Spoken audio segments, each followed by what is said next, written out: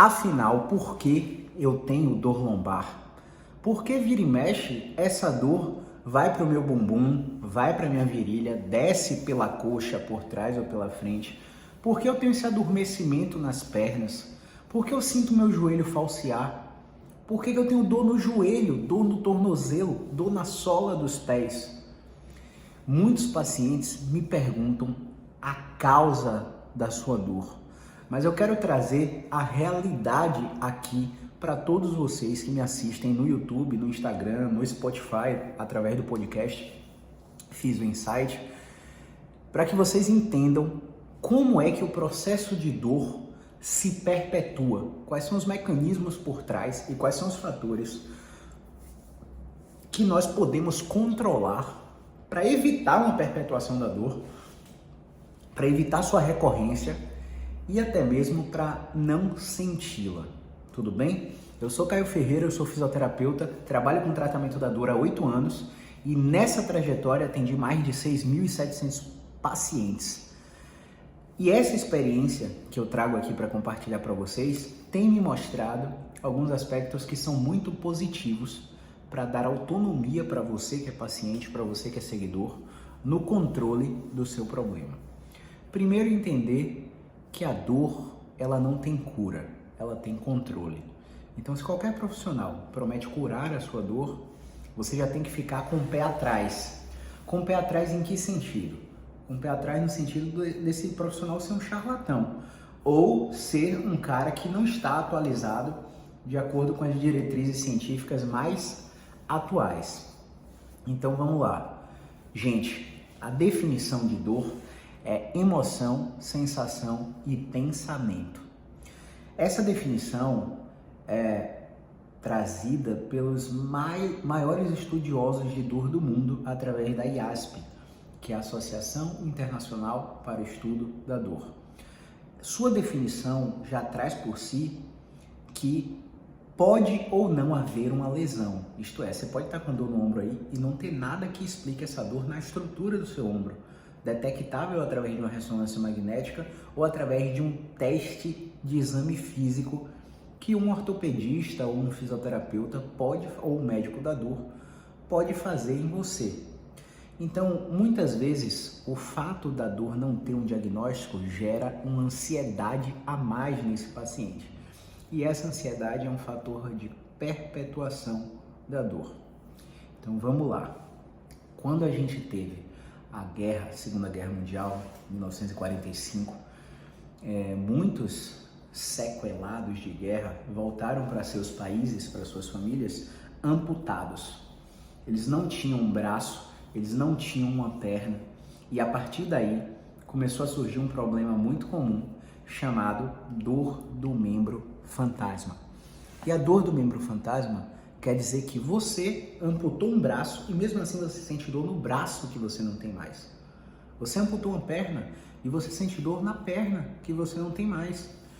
A partir daí, desses achados clínicos, os estudiosos começaram a pesquisar o sistema nervoso central. Começaram a pesquisar o cérebro. E começaram a perceber que existem estruturas do cérebro, como a amígdala, que fazem a detecção de ameaça iminente baseado no seu sistema de cultura, crenças, pensamentos e emoções, que também está lá no cérebro, o sistema límbico. O seu sistema límbico, que vamos dividir aí entre o cérebro racional e o cérebro emocional, é o que toma decisões o tempo todo em frações de segundos baseados na sua experiência prévia de vida como um todo. E por que eu estou te falando isso? Se uma pessoa que amputou um braço ou uma perna continua sentindo dor no membro que ele não tem mais, o processamento da dor não se dá no lugar que dói. O processamento da dor se dá no sistema nervoso central, mais especificamente no cérebro.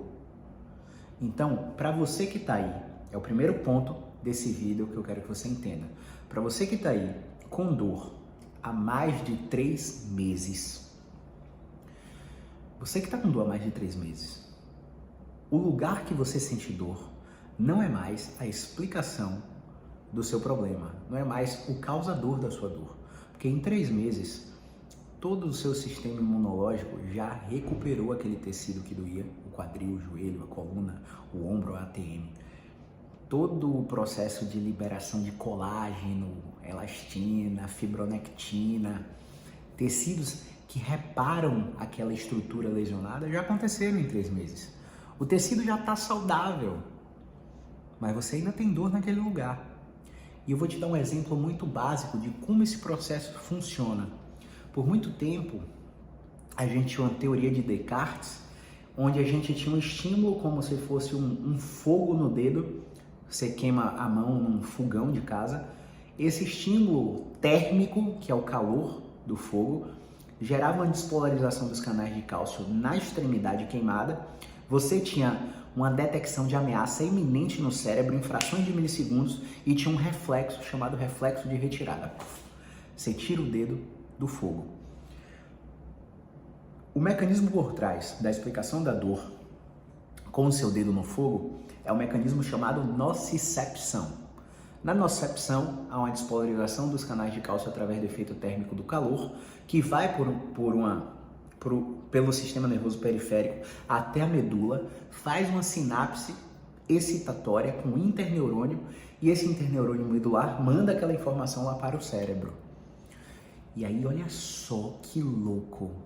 Quando essa informação chega lá no cérebro, se você for um israelense, ou um árabe, ou um muçulmano, que foi criado num sistema de culturas onde você anda na brasa, porque você tem que mimetizar um sofrimento no qual Jesus teve na cruz, como autoflagelação, como surras de chicote, para você ser considerado abençoado.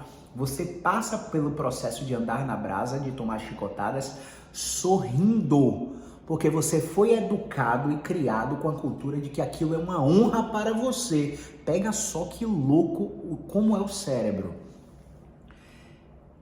Já que aquilo é uma honra para você, eu estou sentindo prazer em andar sobre o fogo.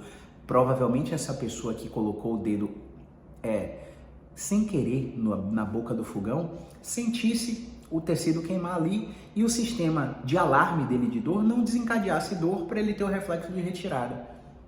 Só que você que foi criado numa cultura em que o fogo queime e gera um problema para você, e de fato gera, queimaduras de 2º e 3º grau podem fazer você ir a óbito, tá? Isso tem que ficar claro aqui.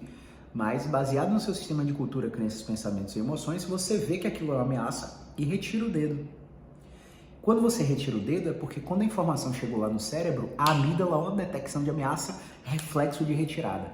Aí vai uma outra sinapse inibitória por um interneurônio que vai para a medula, despolariza os canais de cálcio e manda um reflexo muscular para você fazer o movimento de retirada. Esse seria o fenômeno da nocicepção. Só que aí, com esses achados de dor do membro fantasma pós-guerra, as pessoas começaram a perceber que, não tinha interneurônio ali, não tinha despolarização de canais de cálcio ali, porque não tinha estrutura. Logo, o mecanismo de dor por trás dele, por trás dessa experiência, não era nocicepção. Então, o que pode estar acontecendo? Fica a interrogação aí para você por enquanto. Passado essa etapa cronológica da guerra até os dias atuais, muitas dores já tinham passado de 3 meses e perpetuavam de forma irradiada. E aí muitos exames de sangue neurológicos, como eletroneuromiografia, eletroencefalografia, como ressonâncias magnéticas, começaram a perceber que haveria uma doença do sistema nervoso periférico gerando um tipo de lesão nervosa, como uma axonotimese, uma neurotimese, uma neuropraxia. E a depender do grau de lesão nervosa ou de apertamento da raiz nervosa, esses pacientes desenvolviam uma síndrome radicular, que é quando a raiz do nervo está inflamada, pressionada por alguma outra estrutura. Por que eu estou te falando isso? Porque aí já é um outro mecanismo de dor, chamado dor neuropática. Você já deve ter ouvido falar por aí. Na dor neuropática, a gente também tem várias alterações no cérebro pela perpetuação e irradiação da dor. Na dor nociplástica, que não é nem nociceptiva nem neuropática, que é essa dor, no caso, dos feridos de guerra, amputados de guerra, que não tem um membro mais, mas continuam perpetuando dor, a experiência aversiva de amputação foi tão desastrosa para o sistema de cultura, crenças, pensamentos e emoções que o paciente tem, que ele continua com aquela experiência perpetuada no sistema nervoso central. Então, terapias da fisioterapia musculoesquelética, como a imagética motora graduada, são muito bem-vindos nesses casos de amputados com dor do membro fantasma. Só para você ter uma ideia. Então aí eu já destrinchei 3 mecanismos pelos quais as dores podem ser perpetuadas. E aí, para você ver o grau de complexidade de uma dor que passou de 3 meses, ela pode ser mista. Ter um componente nociceptivo, ter um componente neuropático e ter um componente nociplástico. Imagina que loucura um paciente que chega com dor crônica, pela dor crônica e todas as experiências aversivas e de frustração com tratamentos anteriores, ele desenvolve um fenômeno chamado Central Sensitization, que é a sensibilização central, onde os alertas do sistema nervoso ficam muito maiores. E aí eu faço uma analogia para que você entenda como a sua casa. Se você mora em casa aí, você sabe que a sua casa tem um alarme.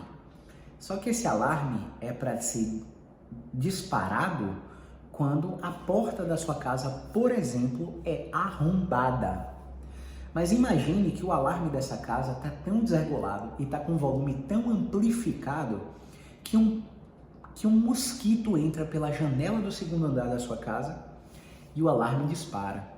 Só que o alarme dispara com um estímulo muito pequenininho, que seria o mosquito passando pela janela, mas o alarme também pode disparar com vários flare-ups. O que seria isso? Várias propagações e agudizações e aumentos súbitos da dor de um paciente que já tem dor há mais de 3 meses. Exemplo, o mosquito entrou, o alarme está desregulado e o alarme dispara só com o mosquito entrando na casa. Só que além do alarme disparar, sua geladeira liga, seu micro-ondas liga, seu ventilador da sala liga, o ar-condicionado do quarto liga, o som da sua sala liga, todas as televisões da sua casa ligam.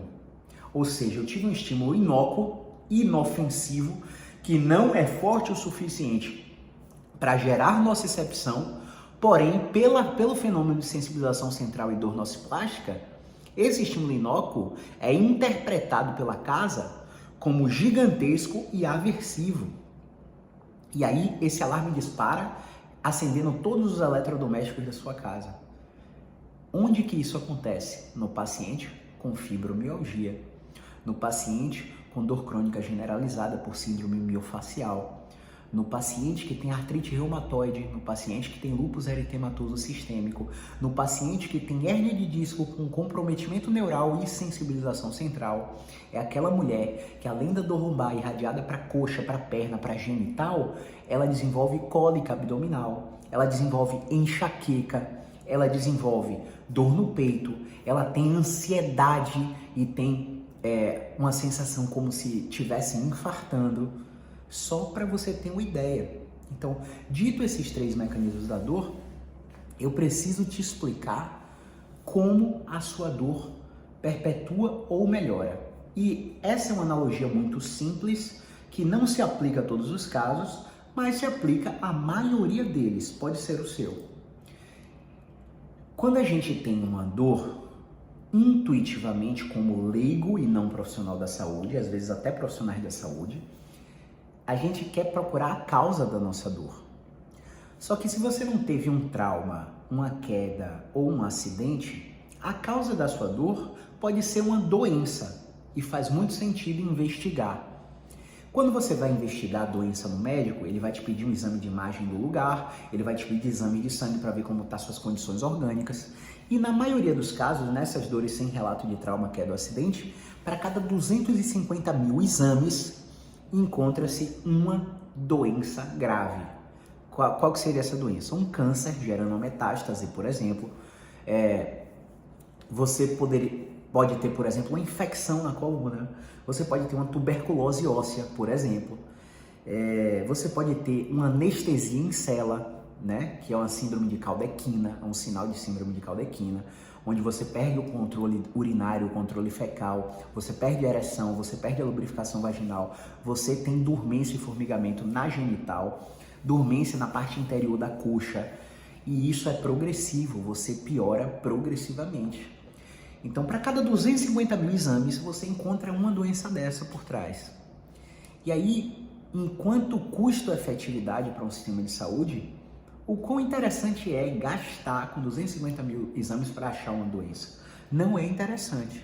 Interessante seria que 250 mil tentativas de tratamento conservador com fisioterapia, com medicação, com bloqueio, com injeções de corticoides, medicações de pequeno até medicações de amplo espectro, fossem tentadas antes de se buscar uma investigação absurda com exames de imagem, exames laboratoriais, onerando o sistema de saúde e fazendo com que seu plano de saúde aumentasse de uma forma absurda a cada ano por causa de sua utilização indevida.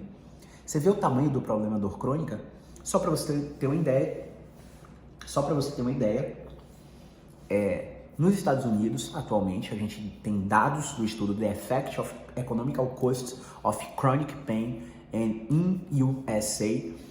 Esse paper, ele mostra que nos últimos anos, 624 bilhões de dólares foram gastos para gerenciamento de dor crônica.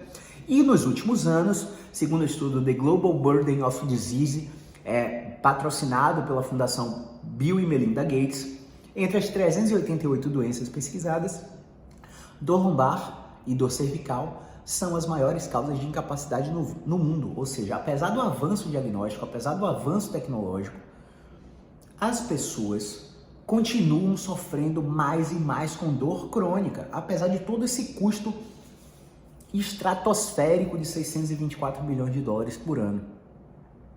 Então alguma coisa está errada aí. É muito fácil de inferir que alguma coisa está errada.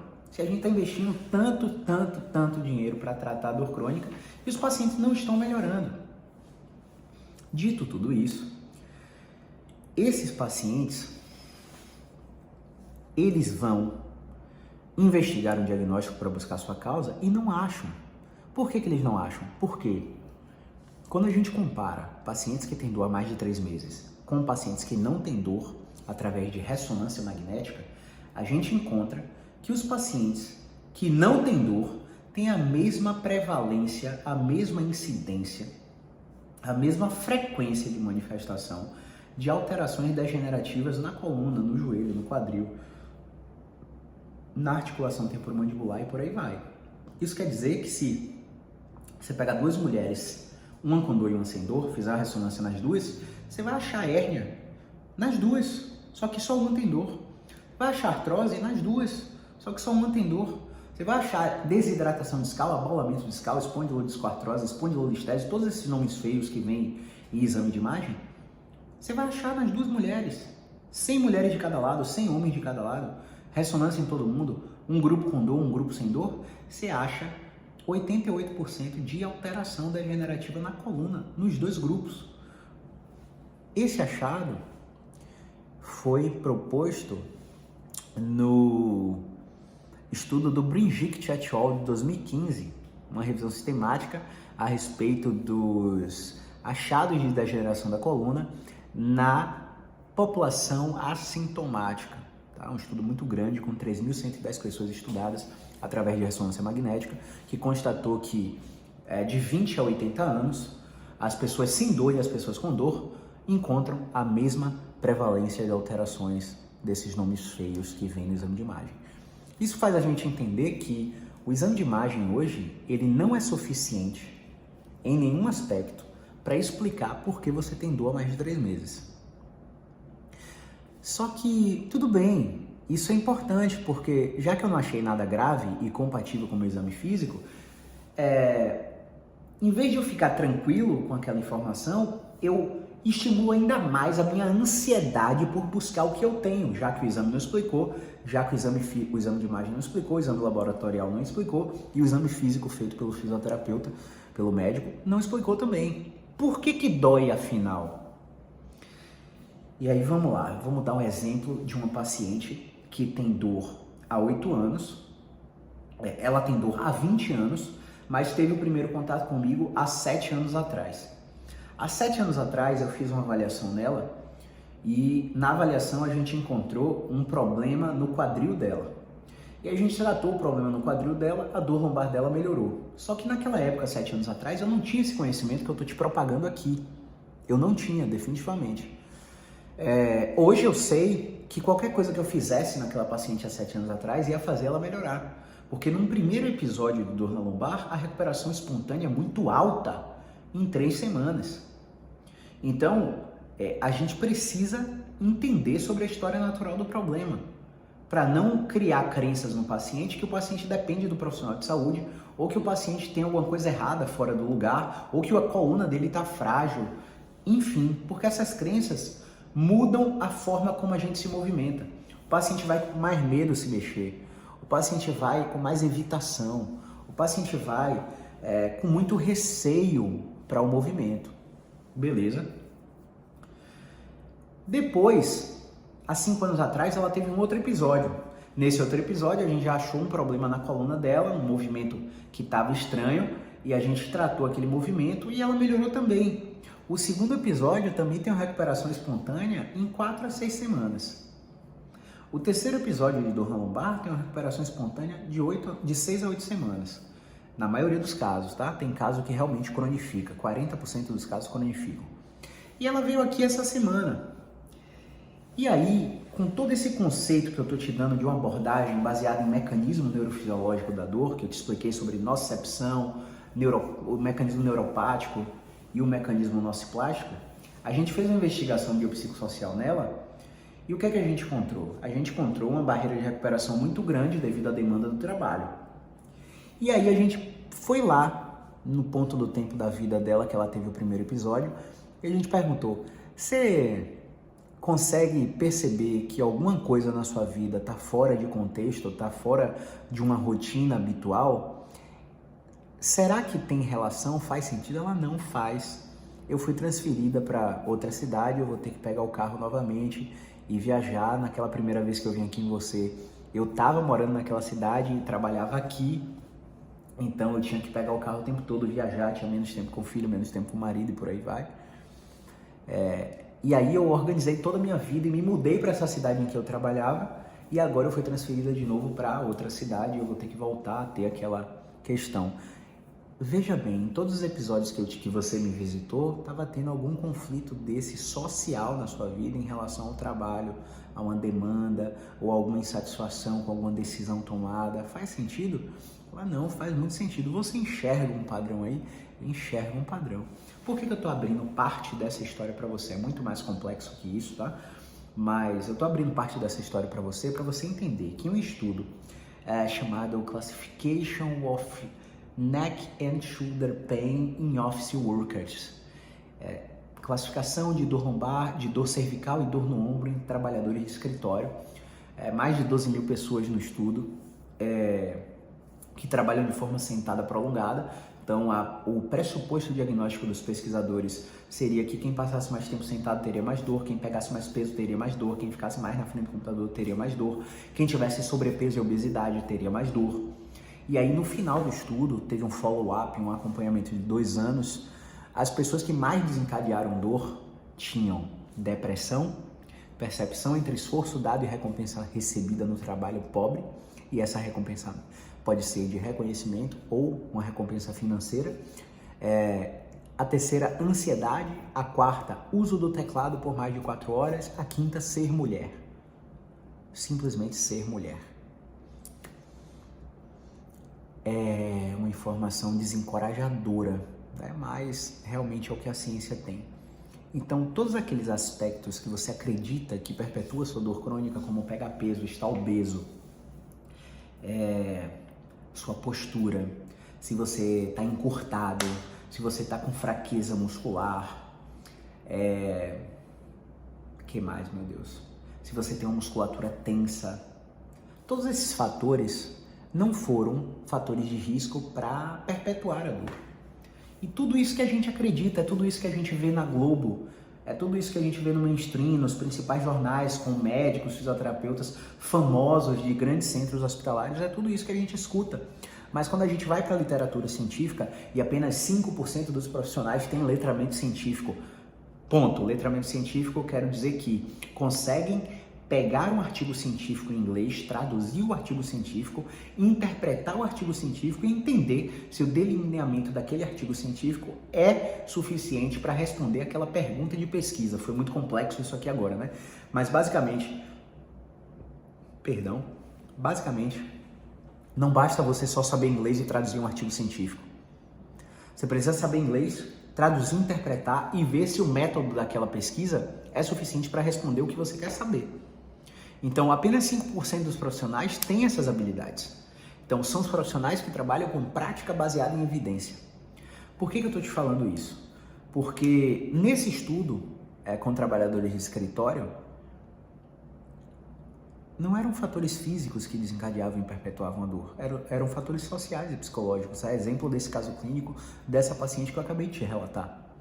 Então, se você está com algum problema no trabalho, se você está com alguma insatisfação no trabalho, se você está se sentindo sobrecarregado no trabalho, se você acha que você não tem a recompensa que merece pelo esforço que você dá no trabalho, se você está com ansiedade, se você está com depressão diagnosticada, se você está com um estresse elevado, acessos de raiva, mágoa ou impaciência, se você está com preocupações excessivas, principalmente de responsabilidade, cobrança, seja externa ou autocobrança, de responsabilidade financeira,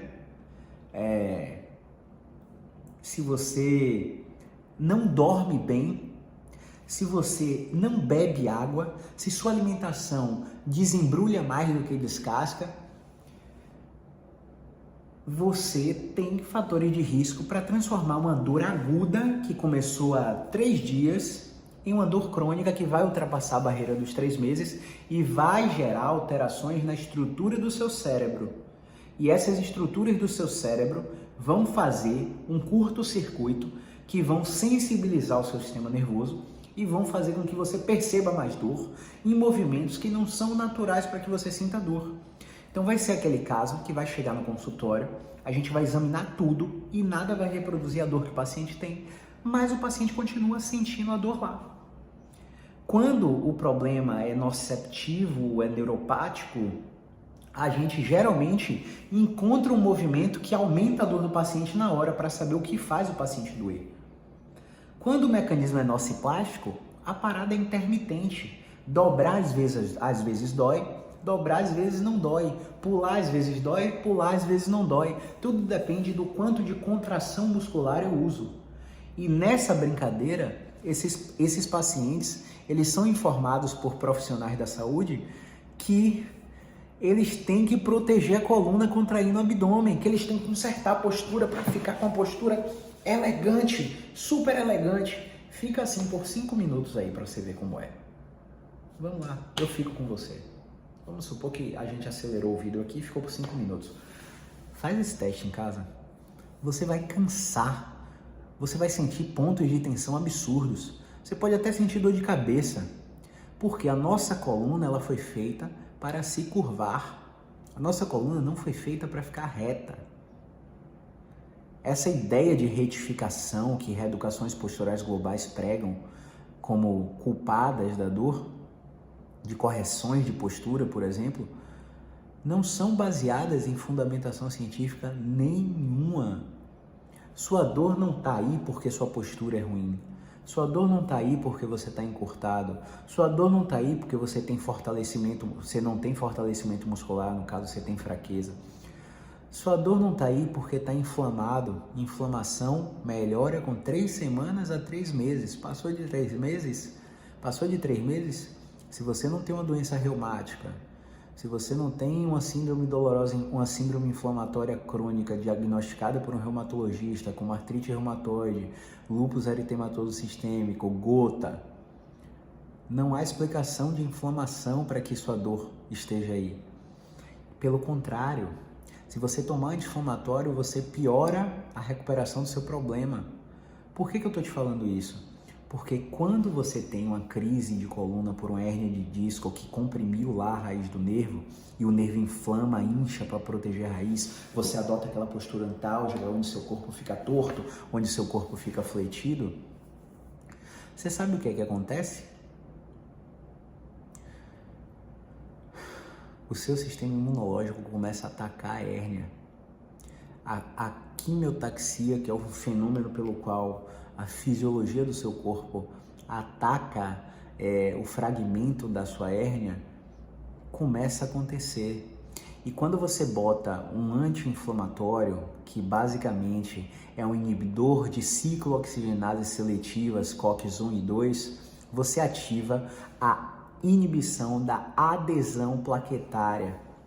E quando você faz isso, você inibe a própria quimiotaxia, você inibe o próprio ataque do seu sistema imunológico à região da hérnia inflamada. A inflamação, que parece uma coisa perpetuada por várias pessoas e profissionais da saúde, inclusive famosos, globais, de vários hospitais renomados, a inflamação que é condenada por esses profissionais, dito tudo isso, não parece lhe ser algo necessário, no mínimo necessário, reflita.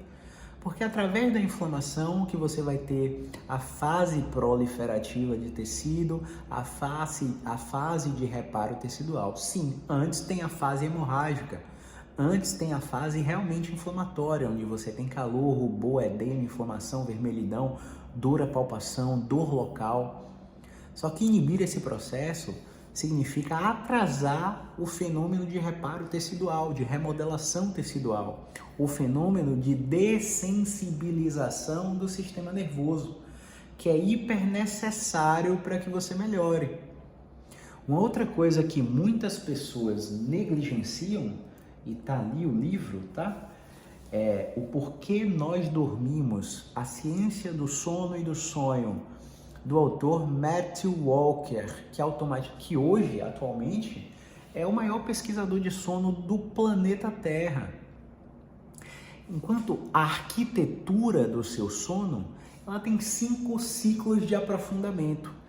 O primeiro ciclo de aprofundamento na arquitetura do sono é de 11 da noite a 1 da manhã. O segundo ciclo é de 1 da manhã a 3 da manhã. Eu tenho pacientes que têm privação de sono e insônia que não conseguem dormir antes de 3 da manhã. E acordam cedo, 6, 7, 8 horas. Dormem muito pouco. Então, se você não dorme de 7 a 9 horas, e se você não aprofunda nos 5 ciclos do sono, ou seja, 11 horas você tem que estar dormindo. Sabe o que acontece? O seu sistema nervoso começa a ficar mais sensível. Então, é aquela história da casa, do alarme que eu acabei de explicar. Se o seu sistema nervoso está mais sensível porque você não dorme, cara, o que vai acontecer? O que vai acontecer? O volume da sua dor vai aumentar. A dor é amplificada. O tecido que dói é o mesmo, o seu cérebro está sensibilizado. A dor que você teria que sentir era 3, de 1 a 10, numa escala de 1 a 10 você teria que sentir dor 3, mas você está sentindo dor 9. Porque você está em privação de sono, insônia, estresse, ansiedade, preocupação excessiva e esses fatores que eu acabei de falar. Tem uma outra coisa que eu preciso te contar, que é a respeito de medicação. O nosso sistema nervoso,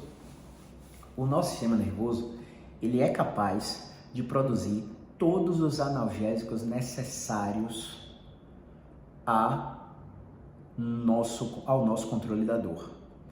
Quando você começa a utilizar um analgésico de uma forma aleatória, completamente aleatória, ou prescrita até por um médico, ele tem um tempo para ser utilizado. Por exemplo, um anti-inflamatório por 7 a 10 dias, um analgésico por 30 dias, um indutor do sono por 30 dias. O uso do remédio é para remediar uma condição. Você usa o indutor do sono para aproveitar o efeito do remédio para dormir e regular o seu ciclo circadiano, que é o ciclo pelo qual o seu organismo funciona em cada hora do dia, tá? Ao regular o ciclo circadiano, você tem que aproveitar esse hábito novo conquistado pelo remédio para modificar seus hábitos ao longo do dia. Se você não aproveita, quando o efeito do remédio passa, você volta a dormir tarde. Se você continua no celular depois de 10 horas, Se você continua assistindo TV, filme, Netflix depois de 10 horas, você perde a qualidade e o aprofundamento segundo a arquitetura do sono. E você sente mais dor por causa disso. Se você está usando um analgésico para controlar a dor, você precisa aproveitar o efeito do analgésico para fazer o tratamento para a causa do seu problema. Para a causa, entre aspas, né? Dor, você já deve ter percebido que não tem causa em específico dor crônica. Dor crônica tem influências de várias coisas. Se você não aproveita o boom da medicação para fazer o tratamento, uma hora o efeito da medicação vai passar e você não melhorou nada. A dor vai voltar. Uma hora, mas não desinflamou? Depois de 3 meses de desinflamar, você não já entendeu que não faz sentido? Uma outra coisa é que o seu sistema nervoso, que tem a capacidade de liberar esse analgésico, esse opioide aí que eu estava citando, ele começa a desaprender. Ele começa a desaprender a liberar esse opioide. E ele entra num processo de retroalimentação negativa. Ele fala assim, o corpo é uma entidade assim primorosa feita por Deus. É o sistema de engenharia perfeito que todo engenheiro gostaria de montar. As engrenagens, as artérias, os vasos, os nervos. É um sistema complexo, porém perfeito. Se você está colocando um dispositivo externo, um remédio oralmente, né? Tomando o remédio, o seu sistema nervoso fala assim, eu não vou gastar energia para produzir o opioide dele, porque ele já está botando o opioide de fora, o analgésico de fora. Eu não vou gastar energia para liberar minhas células imunológicas para aquele tecido reparar, se ele já está colocando um anti-inflamatório de fora. E aí quando você tira o remédio, o corpo não sabe mais fazer. Você precisa de estimulação natural para fazer.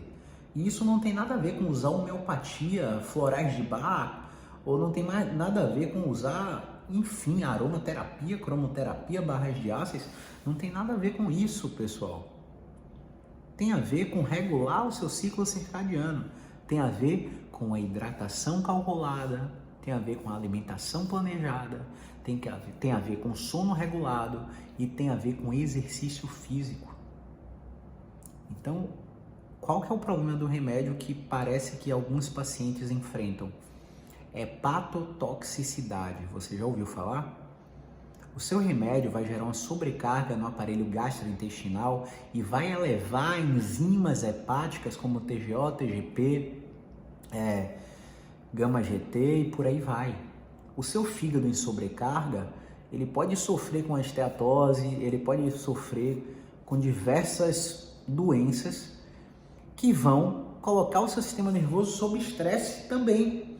E o seu sistema nervoso sob estresse, porque você está com esteatose hepática, com colesterol alto, dislipidêmico, ou porque você está com a gastrite, ou porque você está com azia, refluxo, ou porque você está com retrocolite ulcerativa, ou porque você está com pólipos intestinais, ou porque você está com inflamação intestinal, porque você está com pancreatite, pedra na vesícula, pedra no rim, né? Porque você está com esofagite, porque você está com um problema cardíaco, uma infecção pulmonar, o seu sistema nervoso entende isso e detecta isso como ameaça e sensibiliza.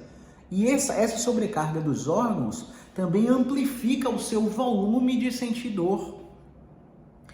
E aí, no último ponto, para terminar esse vídeo e esclarecer em definitivo por que você tem dor, eu vou te explicar uma relação que existe entre dor e exercício.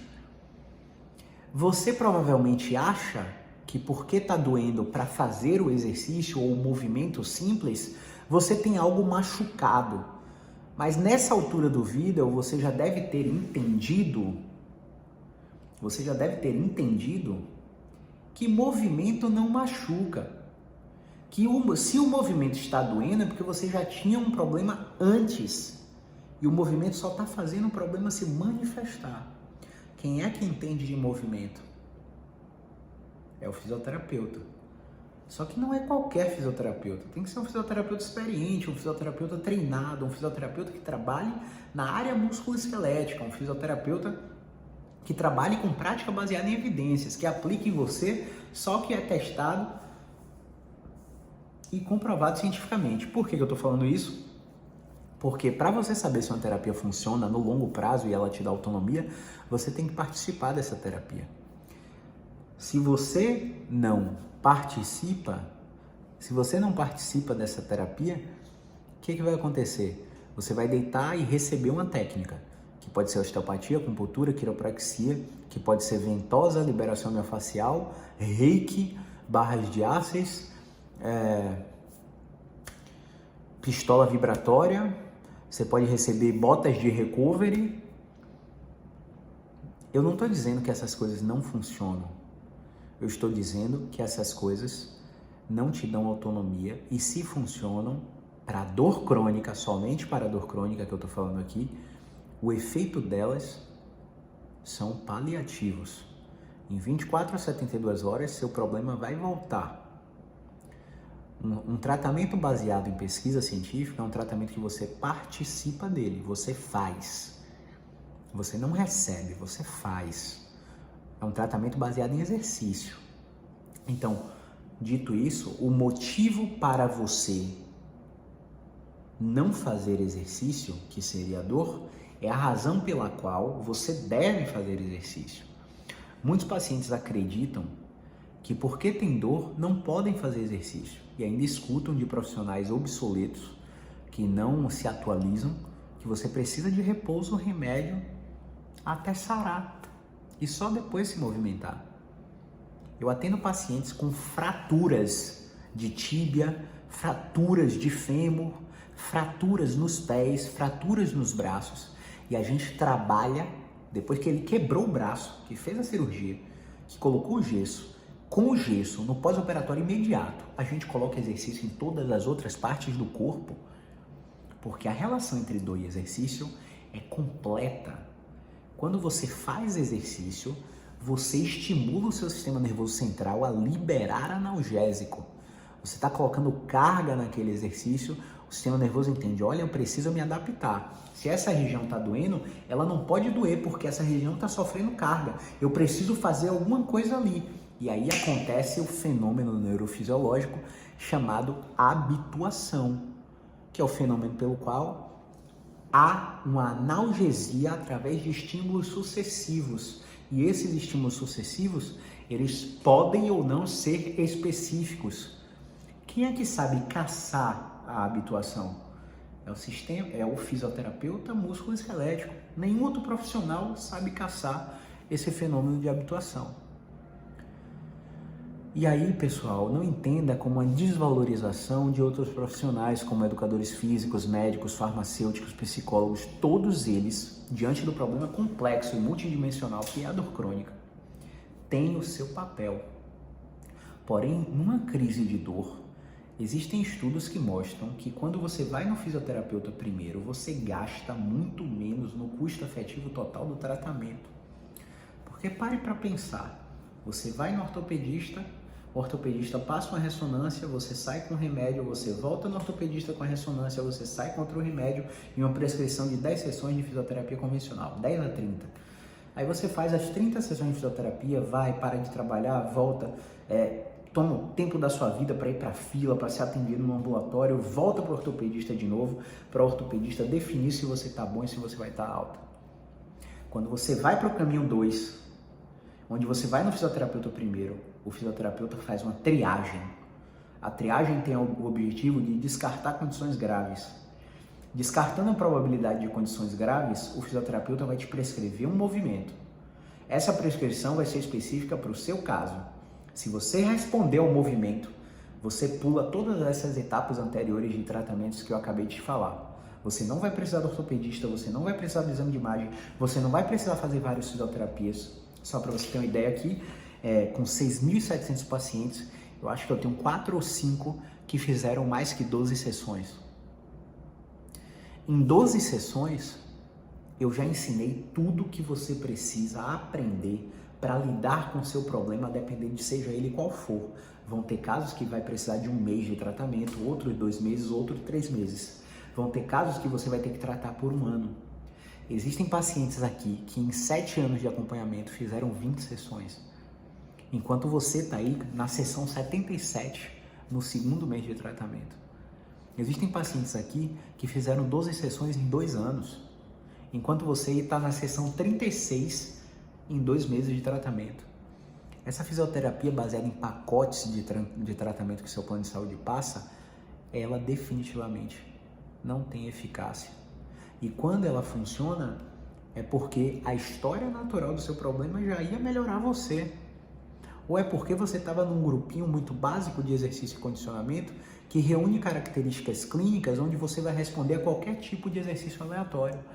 Essa fisioterapia que liga e desliga aparelho, te alonga, te fortalece, te faz exercício de equilíbrio, faz ultrassom, calorzinho, choquinho, manta térmica, ondas curtas, micro-ondas.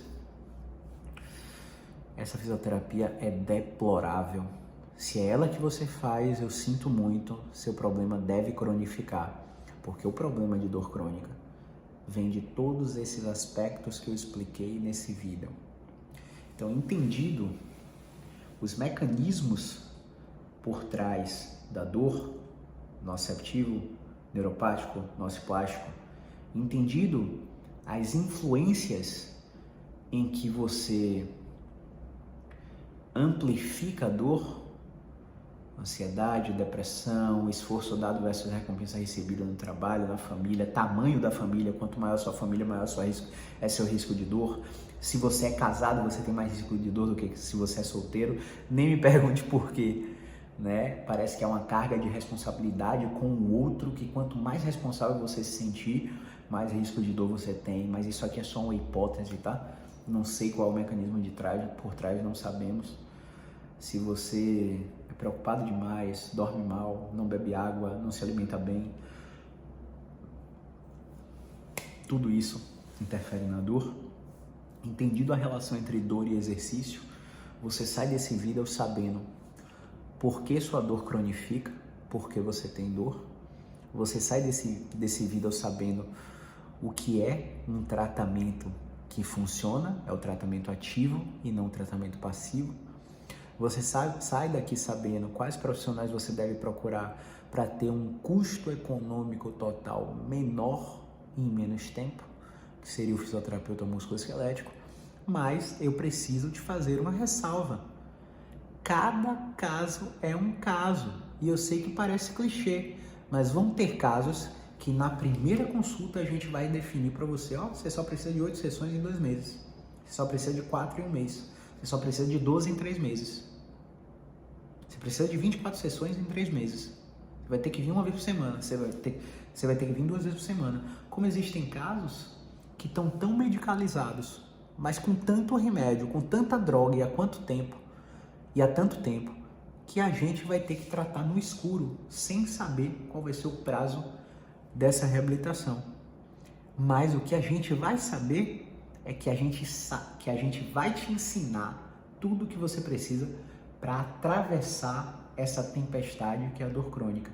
E muitas vezes o paciente trata aqui por 2 meses, mas está consciente que o problema dele é tratável por 1 ano. Só que em 2 meses ele já aprendeu tudo, já criou a rotina, já faz sua rotina dele de exercícios específicos 3 vezes por semana e ele está controlando o problema sem precisar de mais visitas comigo. Vão ter casos que vão precisar de mim e do médico anestesista para fazer algum tipo de bloqueio. Vão ter casos que vão precisar de mim e da psicóloga em terapia cognitivo-comportamental, ou da psicóloga em terapia de aceitação e compromisso, ou da psicóloga em terapia dialética comportamental. Entende? Vão ter casos que vai precisar de mim e do educador físico, do personal trainer. Vão ter casos que vão precisar de mim, do psicólogo e do psiquiatra. Vão ter casos que eu não vou ajudar em nada, porque é uma condição imutável com fisioterapia, uma articulação comprometida sem resposta ao movimento, com sensibilização central e vários fatores de barreira de recuperação, por exemplo, onde ele vai precisar operar e colocar uma prótese total no quadril, no joelho, uma prótese reversa no ombro e fazer o tratamento pós-operatório na fisioterapia. Vão ter casos que a gente não vai ajudar em nada, como um caso de hernia de disco com o pé caído, onde as técnicas de fisioterapia, quando expostas ao paciente, não vão solucionar aquela disfunção e o paciente vai ter que fazer uma cirurgia endoscópica da coluna ou uma cirurgia um pouco mais aberta, tudo depende da habilidade do cirurgião, para tirar a compressão da raiz. E isso só o ortopedista, cirurgião de coluna, vai saber fazer. Uma coisa que a gente sabe é que você não vai ficar sem direcionamento. Ou você é avaliado e tratado aqui, ou você é avaliado e direcionado para o tratamento que você precisa, mesmo que ele não seja comigo ou com qualquer profissional da minha equipe. E se todos os fisioterapeutas pensassem assim, muitos pacientes não estariam nesse ciclo absurdo de frustrações com tratamentos que não funcionam, perpetuando o estado de dor crônica. Se você gostou desse vídeo, deixa o like. Eu peço que você clique aqui no botão inscrever-se, se inscreva no canal, porque todas as vezes que eu entrar aqui para falar sobre um quadro de dor crônica, você vai ser avisado. É importante que você curta esse vídeo, comente, compartilhe, para que o YouTube entenda que ele não é um conteúdo desrespeitoso, que ele é um conteúdo que te ajudou e propague esse vídeo para mais pessoas. Se você conhece alguém que tem dor há mais de 3 meses, compartilhe esse vídeo com essa pessoa, que pode ser que você tire essa pessoa de uma cirurgia desnecessária e espalhe a nossa missão e a nossa mensagem nos 4 cantos do país e até no exterior. Para quem não sabe, a maioria dos nossos tratamentos são baseados em movimentos, então você não precisa estar comigo aqui presencial. Quem me segue aí no Instagram tem lá um destaque dos pacientes online, onde você só precisa ter uma cadeira e um local para deitar. E nessa cadeira e nesse local para deitar, a gente te faz os exercícios através de uma chamada de vídeo e você continua o seu tratamento. A gente tem pacientes em Boston, nos Estados Unidos, tem pacientes na Austrália, pacientes em Portugal, pacientes em São Paulo, pacientes em Manaus, pacientes no Recife, que fazem sessões online. Então, eu acho que a ciência veio para provar que exercício é superior a todas essas terapias que o sistema te ensina. Esse exercício é superior, você só precisa ver como faz e reproduzir sob a nossa supervisão. Por isso você não precisa estar aqui. Então, se você tiver algum comentário, deixa aqui abaixo, a gente vai ter o prazer em responder. Se você ainda não me segue no Instagram, o Instagram é o @Dr. Caio César SF, o Twitter também é o Dr. Caio César SF. Para você que é daqui da nossa cidade, Salvador, nós estamos localizados aqui na Paralela, no coração da cidade, na interseção entre Salvador e Lauro de Freitas, para conseguir abranger você da melhor forma possível. Nós também dispomos de uma equipe altamente treinada, caso você não tenha disponibilidade de vir aqui ao consultório, para que você faça seu atendimento no conforto do seu lar. Atendimentos em fisioterapia respiratória, em fisioterapia geriátrica, em fisioterapia neurológica, em fisioterapia ortopédica e esportiva, fisioterapia para tratamento de dor crônica. Então, no conforto do seu lar, um dos 3 membros da nossa equipe vai a domicílio te prestar o melhor serviço possível. O que você não pode é continuar sofrendo com dor e incapacidade, beleza? Um grande abraço, movimento é vida.